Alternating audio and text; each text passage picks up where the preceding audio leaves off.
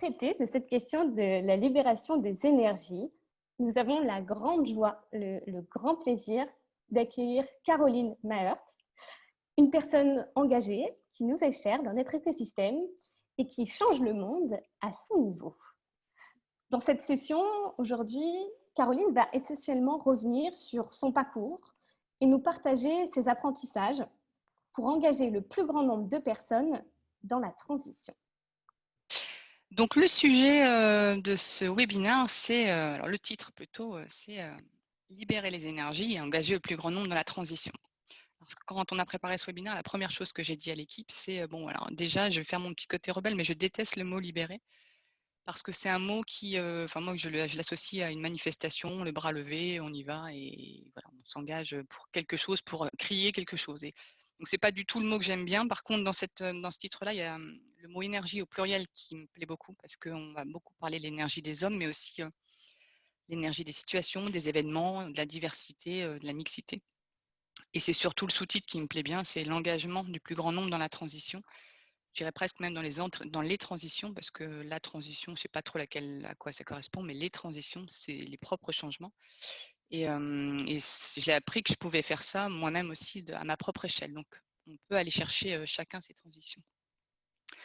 Alors avant ça, je vais me présenter rapidement. Je vous rassure, je ne fais pas une bio monstrueuse. C'est juste pour vous donner un peu de clés de décryptage de qui je suis et de pourquoi je suis là aujourd'hui. Donc, je suis là parce que je représente 20 ans d'âge chez ADO. 20 ans pour du whisky, c'est super top. Hein. Bon, pour une expérience pro, c'est plutôt l'âge de la maturité. C'est aussi surtout un moment où on vient chercher les essentialisations. Qu'est-ce qui fait qu'à un moment donné, on a envie plutôt d'aller dans cette démarche-là qu'une autre. Donc, j'ai presque l'impression que je suis retombée au même moment de début de carrière en me disant juste, bah, c'est une deuxième vie qui commence et qu'est-ce que je veux vraiment en faire? Qu'est-ce que je veux vraiment agir et qu'est-ce que je peux capitaliser de ce que j'ai fait pour peut-être à un moment donné aussi trouver un équilibre et réussir à amorcer les fameux changements que j'ai envie de voir. J'ai commencé tout au début par 3 ans chez TF1. Donc avant chez ADO, pour la bonne et simple raison que je voulais travailler à la télé. Donc cherchez pas, hein, je voulais travailler à la télé et j'ai répondu à une offre de stage, puis à un premier boulot à TF1. Mais l'idée derrière ça, c'était surtout de voir des stars et donc je passais souvent mon temps dans les ascenseurs à essayer de capter ceux qui étaient en train de venir sur les plateaux. Bon et puis je suis revenue dans le Nord, donc il y a 20 ans pour une question de contexte social parce que je suis ch'ti et qu'à un moment donné, oh, ça a sorti. Et qu'à un moment donné, c'était juste ce contexte-là qui était important pour moi de retrouver, parce que Paris m'avait un peu bloqué justement de ce point de vue-là.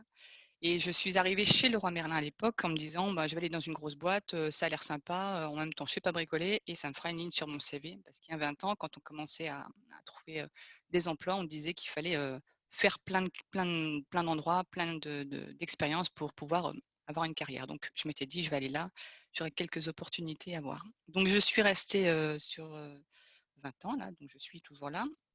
Non pas par fainéantisme, mais c'est plutôt parce que c'est une entreprise qui a évolué, dont le terreau, on parlait tout à l'heure de terreau culturel fertile, bah justement, moi j'ai mis les 2 pieds dedans et c'est une entreprise qui m'a permis de me transformer, de grandir et de trouver vraiment ma place et de trouver ma place dans ces collectifs aujourd'hui.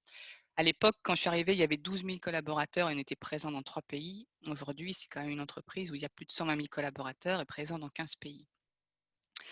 J'ai fait un parcours plutôt orienté IT. Je viens du monde de l'informatique. Je suis une geek ingénieure d'origine, plutôt portée sur tout ce qui est collaboration, communication et très organisation, plan d'action, projet concret. Donc, c'est pour ça que je vous dis que mon terrain aussi, il est plutôt sur la partie action que sur la partie vision. J'ai fait donc 8 ans d'informatique, chef de projet organisation, 3 ans management d'équipe. En parallèle, j'ai eu des super expériences pro avec des expériences d'organisation d'événements vision et le lancement du Maneo, qui était le premier incubateur qui facilitait le passage de l'idée à l'action pour les collaborateurs. Ce qui m'a permis quelque part d'arriver dans la sphère du métier ressources humaines, ce pourquoi je n'étais pas du tout vouée à l'origine, mais je suis arrivée dans ce milieu-là par la notion de projet sur une plateforme de collaboration.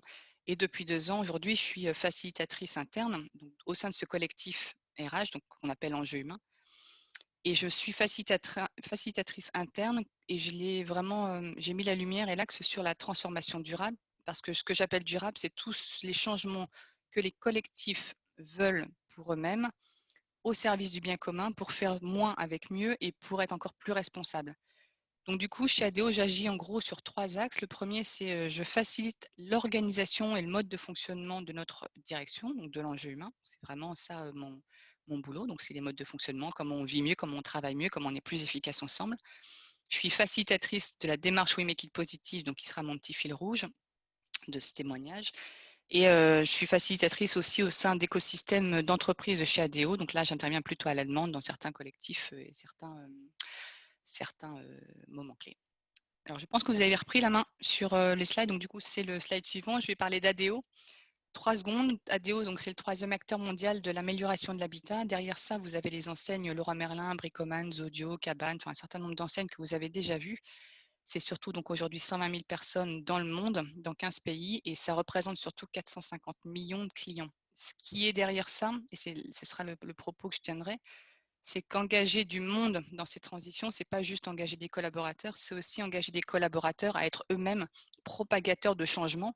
Et on a un terrain de jeu de 450 millions de clients. Donc, si on arrive à toucher ces cibles-là, on arrive à être nettement plus impactant. Donc, c'est vraiment cette dimension-là qui est forte. Sur le projet juste après, donc le projet du We Make It Positive, je vais vous donner vraiment la trame. C'est un projet d'entreprise, donc c'est une démarche vraiment stratégique de mobilisation des 120 000 collaborateurs pour aller proposer et faire vivre des engagements concrets qui vont changer les métiers de nos entreprises pour qu'on devienne plus responsable et plus contributif. Donc ça va au-delà d'une dimension RSE.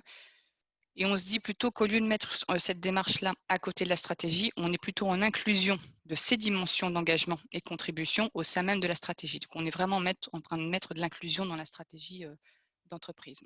Donc c'est donner de la puissance à ce qui existe déjà. Je vous parlais de terreau fertile et je vous parlais du fait qu'on était déjà en mouvement. Sauf qu'aujourd'hui, on est en mode éparpillé. On a énormément de belles histoires et on a énormément de c'est génial et de belles choses à raconter. Mais l'enjeu de cette démarche-là, c'est de donner de l'impact à ce qu'on fait. Donc, c'est de venir donner une dynamique de contribution et ça rejoint la question qui se donnait tout à l'heure à se dire comment on embarque les gens. Bon, on embarque les gens dans un premier temps en leur donnant les bons caps et en les laissant agir dans ces caps-là. L'idée, c'est vraiment d'aller chercher l'impact collectif. Donc, c'est ça qui aujourd'hui fait partie de cette dynamique-là. Mais ce que je vais vous partager avec vous cet après-midi, je vais commencer un petit peu par l'envers. Je vais plutôt vous dire ce que j'ai appris. Donc, ça va être directement la conclusion. Et ce que j'ai appris, c'est voilà, ces 5 points-là. Tu peux y aller. Voilà. Ça, c'est ce que vous devez retenir. Comme ça, ceux qui veulent partir, vous pouvez. Mais en tout cas, ceux qui veulent rester, je vais vous faire le chemin avec moi de pourquoi j'en suis arrivée à ces 5 points-là. Parce que pour moi, la réponse à engager le plus grand nombre dans la transition, c'est déjà savoir de quoi on parle. Savoir de quoi on parle, c'est s'informer, c'est connaître vraiment la base sur laquelle on se situe, quelle est la transition qu'on veut faire. C'est aussi se mouiller un peu, s'engager soi-même dans cette transition. C'est se connecter aux autres, se relier les uns aux autres parce qu'on va créer beaucoup plus d'interactions en étant ensemble. Ensuite, c'est mobiliser toutes les énergies. Et là, je reviendrai au mode pluriel de cette énergie. C'est on vit tous dans un système complexe, on n'est pas tous au même moment, au même instant, dans la même énergie. Donc, comment on vit dans ce système-là? Et le dernier point, c'est d'être inventif et de trouver vraiment sa dose de créativité, sa posture, son style. C'est ça qui fera qu'on aura envie de se mettre en mouvement aussi et de pouvoir faire avancer les lignes de tout le monde. Voilà, donc ça, c'est la conclusion. Et maintenant, je vais vous reprendre point par point comment j'en suis arrivée là, parce que c'est à la fois un chemin personnel et aussi à la fois un chemin d'équipe.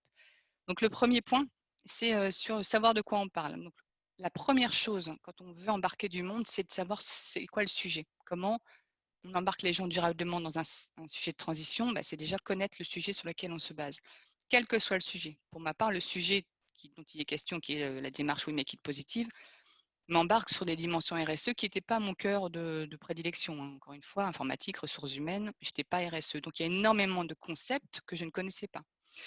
Donc, savoir de quoi on parle, c'est s'informer, c'est lire, c'est comprendre, c'est se faire une opinion, c'est discuter, c'est parfois se confronter à des opinions contradictoires. Et puis, c'est parfois aussi accepter de rien comprendre. En tout cas, c'est se mettre dans une posture où on va aller chercher à ouvrir ses écoutilles parce que ce que j'apprends et ce que je continue à apprendre, c'est que chercher à savoir, c'est déjà se mettre en action. Donc, c'est déjà faire ce premier pas. Et puis, être aussi super humble sur le fait qu'on ne sait pas tout, mais qu'en tout cas, on a un devoir, c'est d'aller chercher l'information. Donc là, si vous voulez un petit mot à replacer à l'apéro, vous pouvez utiliser le mot agentivité, parce que je l'ai appris il n'y a pas très longtemps. C'est la dynamique d'apprendre à aller chercher à savoir, donc aller se mettre en mouvement pour connaître des choses.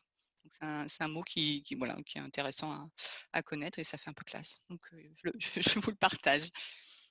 C'est surtout aussi s'intéresser à ce qu'on veut, par exemple sur la notion climatique. Pour ma part, personnellement, je suis très convaincue qu'il y a un problème climatique, c'est un problème majeur, et je vais lire beaucoup d'articles qui vont me conforter dans l'idée qu'effectivement c'est un problème majeur. Mais rien ne m'oblige à écouter les climato-sceptiques et à voir ce qui se passe. Par contre, le fait d'aller voir ce qui se passe dans des arguments qui ne sont pas les miens conforte ce que je connais, délimite les croyances que je peux avoir et m'ouvre encore un peu plus les écoutilles pour aller chercher encore plus d'ouverture. Donc ça répond aussi à la question de comment je dépasse mes freins et mes croyances limitantes. C'est par la recherche de savoir et d'adopter aussi une ouverture d'observation sur des points de vue différents qui me permettent de mieux comprendre. Donc ça prend du temps, mais c'est ça qui est important. Donc du coup, sur la notion de la démarche We Make It positive, je vous refais vraiment un petit, c'est vraiment le fil rouge, mais ça vous donne aussi un axe sur lequel c'est important puisqu'on parle de collectif et on parle d'entreprise. Donc déjà, cet exemple-là, je le prends parce qu'on agit dans les entreprises. Donc ADO, c'est 120 000 collaborateurs et une trentaine d'enseignes, enfin d'enseignes dans des pays. Et on avait évidemment, bien avant cette démarche-là, on avait un plan, on avait un cap, on avait des collaborateurs motivés, mais on n'avait aucune conscience de l'impact qu'on pouvait avoir ensemble. Et c'était vraiment fait à la conviction qu'on ne pouvait pas juste changer les choses durablement au sens vraiment pérenne et au sens mieux avec juste des belles histoires. Donc on a eu quelques déclics, quelques prises de conscience en 2018-2019. Alors ça s'est fait par des conférences, ça s'est fait par des chiffres, ça s'est fait par des discussions, des opinions, ça s'est fait par l'actualité, mais en tout cas, il y a eu des prises de conscience et notamment des prises de conscience au niveau de la sphère des dirigeants. Et je pense que là, c'est une des clés, c'est d'arriver à mobiliser ceux qui sont à la manette, aux commandes, et de déclencher, en tout cas d'amener des déclencheurs chez eux, des prises de conscience de leur capacité en tant que leader, en tant que dirigeant, à pouvoir faire changer les choses dans le contexte de leur entreprise. Il y a une notion de timing aussi, c'était le moment, le temps était venu, ça veut dire qu'il y avait peut-être des actions avant ou des choses qui étaient déjà prêtes et que le temps était venu de pouvoir démarrer. Donc ça a accéléré le démarrage de cette démarche-là qu'on a commencé l'année dernière au mois de mars. On a embarqué 45 personnes qui étaient un maillage complet de différents profils, dirigeants, RH, RSE, performance, des gens, des directeurs de magasins, plutôt vraiment international. Et on a passé 2 jours à comprendre ce que l'on cherchait à faire et à co-construire les étapes d'après. Les étapes d'après, c'était aussi de se rendre compte que on ne pouvait pas juste tout traiter en petits groupes. Du coup, on est allé chercher une grande phase d'écoute et de consultation auprès de parties prenantes pour savoir ce que disaient nos collègues, nos partenaires, nos collaborateurs, nos clients, de voir ce qu'on faisait déjà chez nous aussi, donc faire la liste de ce qu'on faisait déjà et de savoir quelles étaient leurs attentes. Cette phase d'écoute, on l'a réalisée en un mois. On a pensé qu'on n'y arriverait jamais. On a pensé qu'il fallait motiver les gens pour le faire. Et on a été submergé de réponses. Là où on s'attendait à avoir 300 interviews vraiment en rebouclant, on a eu plus de 1000 personnes qui ont été interviewées, ce qui nous a donné un volume de choses à analyser qui nous ont permis d'apprendre plusieurs choses. La première, c'était bien que c'était le bon moment. La deuxième, c'était qu'on faisait déjà beaucoup de choses et qu'on était reconnu pour ce qu'on faisait. Et la troisième, c'était qu'on était attendu très massivement aussi sur les impacts environnementaux, en tout cas sur la démonstration de ça. Voilà. Donc, ce que je retiens de ce moment-là, qui était le moment d'observation et le moment des premiers pas, c'était qu'on s'appuie sur notre culture, sur nos fondamentaux. On a ouvert vraiment pour se dire ce qu'on attend de nous et à un moment donné, on est allé chercher un certain nombre d'axes forts ensuite pour mettre en place les impacts qu'on souhaitait pour ADO. Le deuxième point, c'était de s'engager soi-même dans la transition. C'est s'engager soi-même dans la transition. Quand on a un changement, quel qu'il soit, encore une fois, l'exemple que je prends est un changement de posture vers quelque chose de plus durable et plus responsable, mais on peut avoir des systèmes de transition dans le monde solidaire, dans le monde du social, on peut chercher les transitions où elles doivent être.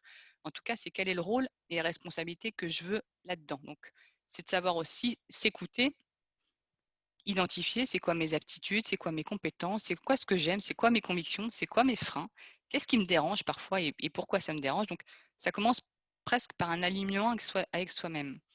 Je suis pas une fan de tout ce qui est développement personnel, je suis pas une fan de tous les outils qui permettent d'aller chercher quel est le profil, mais j'en ai fait quand même quelques-uns parce que ça m'intéressait d'aller chercher quelques clés chez moi qui me permettaient de passer à l'action et de trouver quel est le rôle que je voulais prendre. Tout à l'heure, Céline, elle a dit que le rôle de facilitation était un des rôles qui permettait de passer à l'action dans l'entreprise. Là où je la rejoins tout à fait, c'est que pour passer à l'action dans un contexte d'organisation ou d'entreprise, il y a le rôle du visionnaire, celui qui va vraiment avoir la vision haute et qui va donner l'aspiration. Il y a celui qui va être l'entrepreneur de l'intérieur, on dit aussi l'intrapreneur, c'est celui qui va à un moment donné agir de manière forte et souvent pérenne pour vraiment faire bouger les lignes. Il y a le colibri, celui qui aura vraiment l'envie de faire bouger son quotidien et de faire ses propres actes. Et puis, il y a les accompagnants dans lesquels j'inscris la notion de facilitateur. Donc, le facilitateur, c'est vraiment celui qui va accompagner les collectifs à un moment donné pour arriver à ce que ce collectif puisse s'engager dans quelque chose de durable et de pérenne.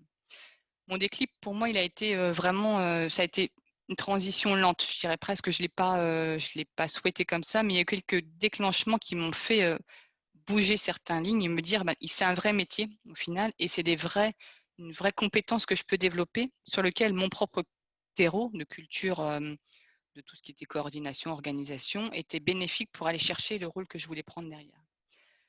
Donc pour ça, le premier acte, comment s'engager soi-même, en tout cas pour ma part, c'est que je me suis formée. J'ai été réapprendre à désapprendre, j'ai été apprendre des nouvelles techniques, j'ai été apprendre à rencontrer d'autres.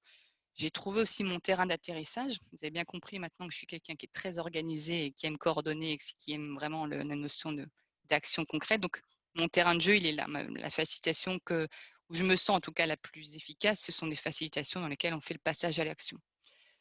Et j'agis avec cette envie d'être au service des gens pour qui je travaille, de l'environnement dans lequel ils se situent. Donc l'environnement, c'est à la fois l'environnement dans lequel ils sont et l'environnement qui nous habite autour, et toujours dans un esprit de faire durer les choses, quelque chose qui est de la valeur au sens vraiment forte. Donc du coup, si je reprends le fil de la facilitation de la démarche We Make It Positive, après la grande phase d'écoute, il y a eu une phase que je dirais presque un peu tunnel, mais nécessaire et participative, où on a vraiment, pour le coup, construit le cadrage stratégique des engagements et de ce qu'on voulait en faire. Donc là, c'était presque dans un projet un peu classique, des comités de pilotage, des itérations, des itérations, des itérations, tout plein, hein. Il faut aussi savoir lever le pied de temps en temps dans un monde qui bouge, donc jamais être sûr de ce qu'on fait. Et à un moment donné, il y a eu ce moment où on s'est dit, c'est ça, on sait le relier, on sait ce qu'on veut, on sait le relier à quelle entreprise on est, on sait identifier vers quoi on veut aller. Et à partir de ce moment-là, on était prêt à pouvoir embarquer les 120 000 autres collaborateurs. Donc justement, sur la notion d'embarquer, donc c'est le troisième point, c'est la notion de lier, d'être connecté et être relié avec les autres. Quand j'ai commencé à travailler, je me souviens, les premiers mots qu'on disait, c'était qu'il fallait se créer son réseau et avoir un carnet d'adresses. Alors quand j'entendais ça, c'est un peu comme pour libérer les énergies. C'était pour moi un peu côté utilitariste de la connexion, c'est-à-dire il faut savoir avec qui être pour qu'à un moment donné, ça puisse te déclencher les bons chemins. Donc ça me gavait un peu. Et en fait, en y réfléchissant, puis aussi en prenant un peu de recul là-dessus, hein, la maturité aide. C'est ça aussi qui est intéressant à savoir. C'est que le réseau, au final, c'est pas tant qu'est-ce que l'autre va m'apporter, mais quel est le lien qu'on va créer ensemble. Donc c'est créer vraiment ces dynamiques de connexion, de collaboration et de coopération. Et c'est parfois offrir sans retour, c'est parfois participer gratuitement, c'est parfois être entouré, c'est parfois écouter, c'est parfois informer, donner, recevoir. En tout cas, c'est ce qui fait qu'aujourd'hui, le chemin qui nous relie, c'est un chemin vraiment d'interdépendance qu'on a oublié. On a oublié qu'on venait de là, que naturellement, autour de nous, tout est lien. Et on a oublié cette notion d'interdépendance et cette notion où on va vraiment avoir besoin et envie de s'appuyer les uns sur les autres. Donc, sur l'exemple du We Make It Positive, on s'était dit qu'au moment où on allait vraiment connecter l'ensemble des 120 000 à ce cadrage, à ces engagements qui étaient super clairs, etc., on allait utiliser aussi un outil, et le digital, on en parlait tout à l'heure dans les questions, le digital vient aussi en support de ces dynamiques vraiment où on va mobiliser du monde. On a cette chance chez ADO depuis peu, hein, depuis quelques mois maintenant, d'être en capacité à 120 000 de discuter, de converser ensemble. On a enfin une plateforme dans laquelle on peut travailler ensemble, discuter, converser, et on peut surtout choisir les cercles et les communautés dans lesquelles on travaille. Donc, il y a cette notion d'accessibilité les uns avec les autres. Donc, on est reliés digitalement ensemble et on peut se retrouver vraiment et coopérer et travailler ensemble dans des cercles sur la base du volontariat. Donc, c'est vraiment, quand je parlais tout à l'heure d'être connecté, relié aux autres, c'est pas la notion de moi et l'autre, c'est plutôt la notion de moi dans mon premier cercle ou moi dans différents cercles. Et c'est ça qui va faire qu'à un moment donné, on va pouvoir faire accélérer les connexions. Là aussi où je rejoins, en tout cas pour ma part, je découvre depuis quelques mois maintenant le sens vraiment de tout ce qui est cercle de pairs aussi. Quand on a besoin de se connecter les uns aux autres et d'embarquer du monde, il faut aussi savoir sursourcer dans les mêmes endroits où on peut trouver ses propres apprentissages et améliorer ses pratiques. Donc c'est vraiment cette dimension-là. La quatrième dimension, c'est la mobilisation des énergies. On en est là, la mobilisation des énergies, c'est toutes les énergies au pluriel. Donc déjà, avant de savoir mobiliser les énergies, encore une fois, un petit peu d'introspection, il faut savoir quelle est sa propre motivation et sa propre énergie. Sur quoi on se sent le plus fort, c'est-à-dire qui nous recharge, et qu'est-ce qui nous décharge. Donc quand on a appris un petit peu à se connaître plus facilement et à se confronter à des situations où on a vu des baisses d'énergie ou des moments plus forts, on sait aussi plus facilement aller chercher l'ouverture vers les autres. Il y avait une question tout à l'heure sur comment on fait pour embarquer tout le monde. Je suis sûre qu'on ne peut pas embarquer tout le monde. Par contre, on peut se donner les moyens de leur semer quelques graines, en tout cas. On va parler d'ouverture d'esprit, on va parler de faire en sorte d'aller chercher une palette de couleurs différentes dans les pratiques de facilitation qu'on va pouvoir mettre en place. Et il y a une des pratiques aussi, enfin en tout cas une des mots-clés qu'on fait beaucoup en facilitation, et en tout cas dans les endroits où on veut impacter le monde, c'est on parle beaucoup de bienveillance. Alors c'est encore un petit mot qui me gratte, parce que c'est encore un petit mot que je n'aime pas. Sauf qu'aujourd'hui, j'ai découvert que l'étymologie de ce mot-là, c'était surtout bienveiller, c'est-à-dire prendre soin et être attentif à ce qu'il y a de bien dans toute la situation. Et c'est plutôt sur ce bienveiller que je préfère agir. C'est-à-dire s'il y en a qui ne sont pas moteurs aujourd'hui ou qui ne sont pas encore engagés ou qui n'ont pas envie, c'est pas grave. On va aller valoriser ceux qui sont en train de se mettre en mouvement parce que c'est le mouvement qui va attirer. Voilà. Pour moi, c'est vraiment cette dynamique-là. Donc, c'est pas simple hein, parce qu'on a envie des fois de bouger les lignes, de faire que tout le monde nous comprenne, mais c'est pas simple. D'autant plus que le chemin, donc des 3 sujets juste avant, il est important.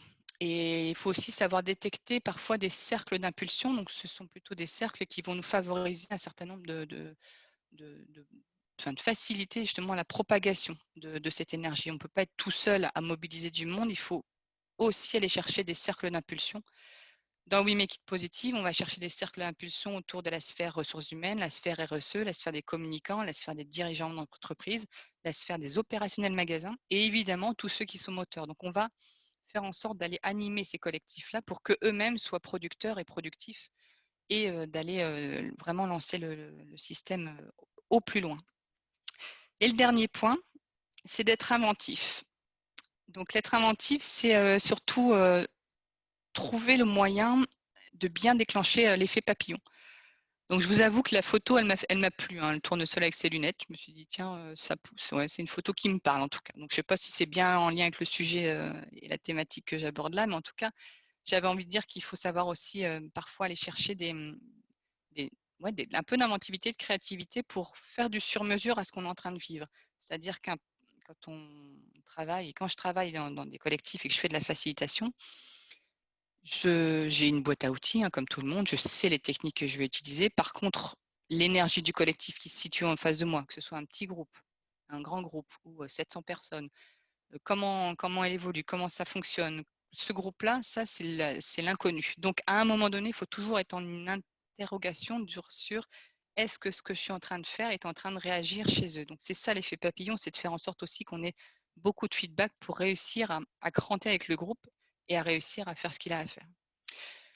Je vais vous parler d'être inventif aussi sur la démarche We Make It Positive parce que donc après cette phase de kick-off, cette phase d'écoute, cette phase de cadrage où on est venu vraiment poser les bases de nos engagements, de nos contributions, de ce qu'on voulait devenir plus tard comme une entreprise responsable et durable, eh bien, nous avions une super convention sur laquelle on devait intervenir, 700 dirigeants, aussi les communicants, les ressources humaines, voilà, les RSE, tout ça, ce beau monde, 700 personnes à l'international, et ça devait être le magnifique coup d'envoi de la diffusion interplanétaire de nos engagements. Bon, évidemment, ça, c'était le 3 mars, donc quelques jours avant le confinement, et évidemment quelques jours déjà où il y avait certains pays qui ne pouvaient pas se représenter. Donc, on a volontairement mis en sommeil cette dynamique-là parce que l'heure était déjà la crise sanitaire, l'heure était au prendre soin des hommes et prendre soin aussi des entreprises et de faire en sorte d'essayer de naviguer dans ce brouillard et ces eaux troubles. Et quand le déconfinement a commencé à voir le jour, on a été chercher des nouvelles façons de pouvoir donner de l'impact à cette dimension de démarche, non plus auprès des 700, mais bien directement auprès des 120 000. Et c'est là où j'arrêterai de prendre cet exemple-là parce qu'aujourd'hui, on a des idées, mais on n'a pas encore fait. Donc, je reviendrai dans quelques temps pour vous donner des nouvelles de quand ça sera fait. En tout cas, c'est beaucoup plus ambitieux.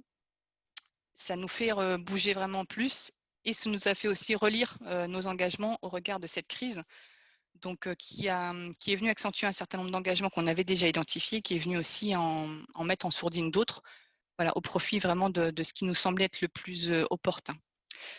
Tout ça pour dire que donc ces 5 engagements-là, ils sont quand j'ai commencé à vraiment en prendre conscience, et j'ai eu une autre révélation, c'est que ces 5 engagements-là, on pouvait les lier très, très facilement à ce que on appelle la permaculture. Donc c'était un peu le teaser des posts qui a présenté la démarche, et en tout cas ce webinaire. Et cette notion de permaculture, si vous avez repéré en fait à chacun de mes petits slides, j'avais mis les petits pictos.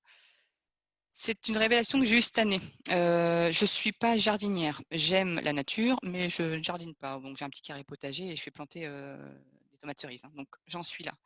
Je n'ai pas envie de faire de la permaculture de jardin. Par contre, j'étais très intéressée par le lien entre ces principes de permaculture et la facilitation. Et d'ailleurs, je me forme cette année avec des super nanas à ce lien permaculture et facilitation, parce que j'y retrouve dans ces principes-là et dans l'éthique de la permaculture plein de choses. L'éthique de la permaculture, c'est d'avoir une ligne de conduite qui soit comportementale et morale. Et c'est tout à fait ça qui aujourd'hui m'embarque en tant que facilitatrice des transformations durables. Les 5 sujets dont je vous ai parlé, je vous ai mis les petites flèches.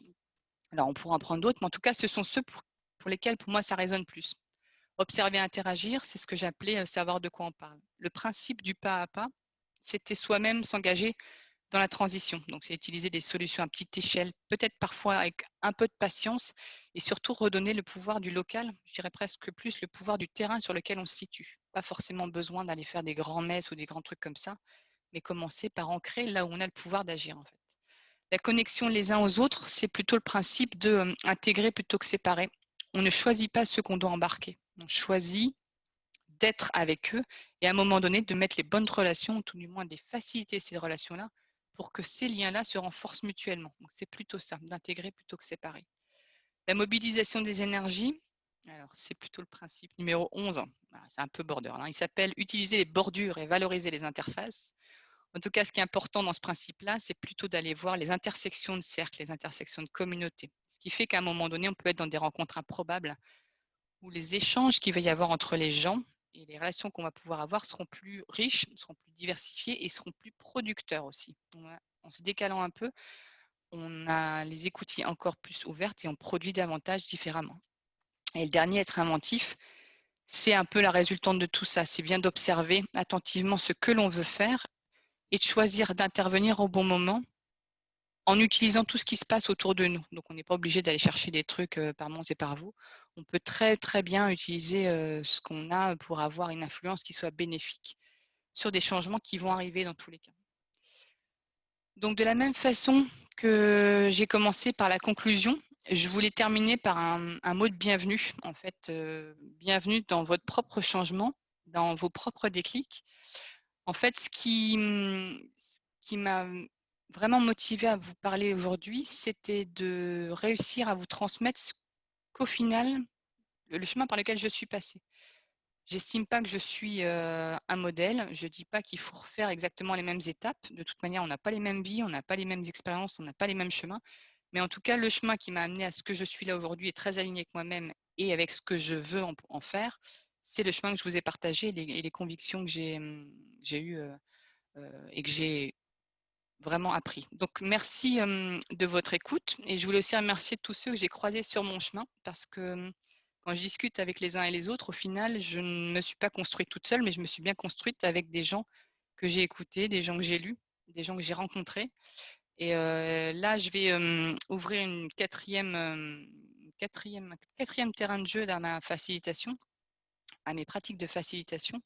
Au-delà d'être facilitatrice interne chez ADO, donc vraiment sur des dimensions très orientées action concrète, là, j'ai choisi aussi de m'engager dans une facilitation auprès d'une asso qui s'appelle Conscience et compagnie.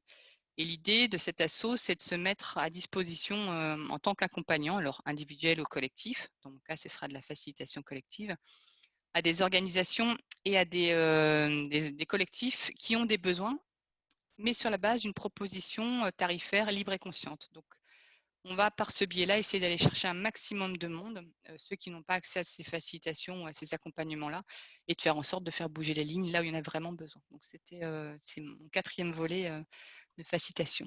Merci de votre écoute. J'espère que je n'ai pas parlé trop vite, parce que ça, c'est quand je suis partie, des fois, c'est compliqué et c'est très difficile de ne pas vous voir. Par contre, ça va être très intéressant de pouvoir échanger avec vous maintenant. Donc, merci de votre écoute. Un énorme merci, Caroline, pour ton partage. J'allais dire pour ton partage bienveillant, mais du coup, là, j'hésite à donner ce terme. En 2 mots, ça va. Avec un tiret au milieu, tu peux. En tous les cas, merci pour le partage de ton cheminement, avec beaucoup d'authenticité et surtout plein d'apprentissage, plein de petits cailloux blancs que tu as semés. Donc, au nom de tous les participants, je crois vraiment un énorme merci pour ce partage. Merci beaucoup.